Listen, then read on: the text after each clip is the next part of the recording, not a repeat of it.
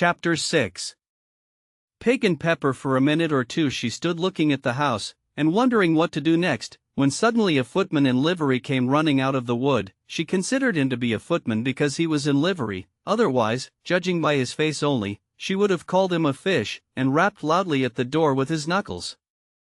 It was opened by another footman in livery, with a round face, and large eyes like a frog, and both footmen, Alice noticed, had powdered hair that curled all over their heads. She felt very curious to know what it was all about, and crept a little way out of the wood to listen. The fish footman began by producing from under his arm a great letter, nearly as large as himself, and this he handed over to the other, saying, in a solemn tone, "For the Duchess.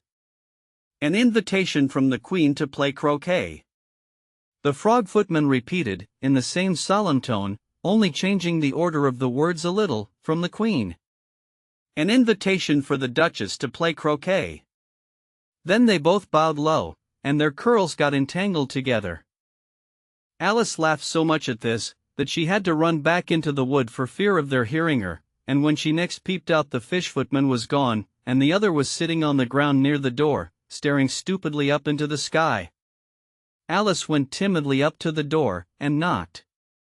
"There's no sort of use in knocking," said the footman, "and that for two reasons. First, because I'm on the same side of the door as you are. Secondly, because they're making such a noise inside, no one could possibly hear you." And certainly there was a most extraordinary noise going on within, a constant howling and sneezing, and every now and then a great crash, as if a dish or kettle had been broken to pieces. "Please, then," said Alice, "how am I to get in?" "There might be some sense in your knocking," the footman went on without attending to her, "if we had the door between us. For instance, if you were inside, you might knock, and I could let you out, you know."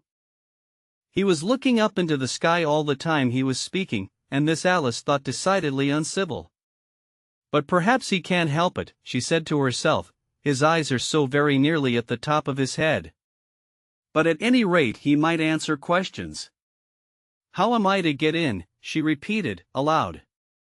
"I shall sit here," the footman remarked, "till tomorrow." At this moment the door of the house opened, and a large plate came skimming out, straight at the footman's head. It just grazed his nose, and broke to pieces against one of the trees behind him. "Or next day, maybe," the footman continued in the same tone, exactly as if nothing had happened. "How am I to get in?" asked Alice again, in a louder tone. "Are you to get in at all?" said the footman. "That's the first question, you know." It was, no doubt, only Alice did not like to be told so.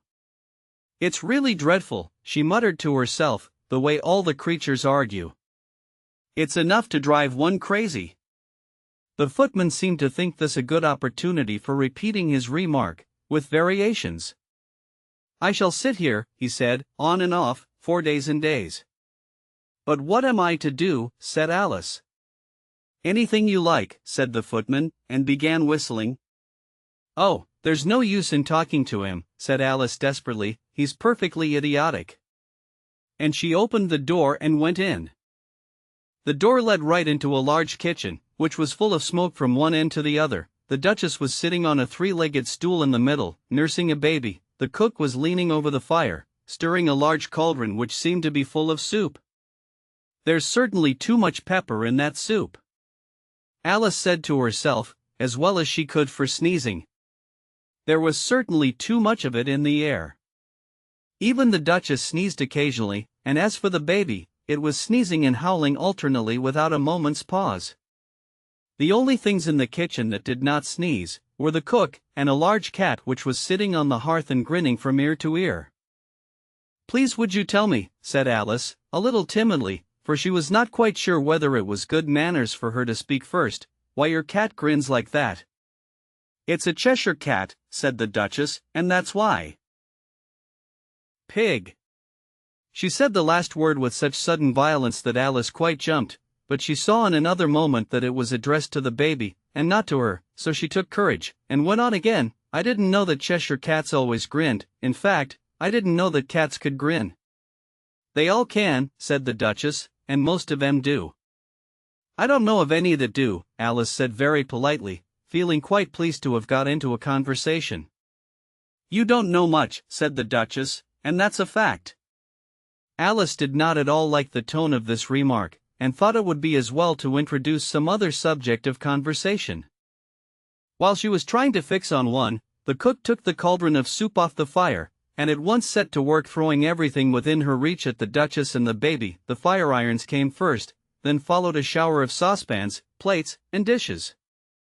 The Duchess took no notice of them even when they hit her, and the baby was howling so much already that it was quite impossible to say whether the blows hurt it or not.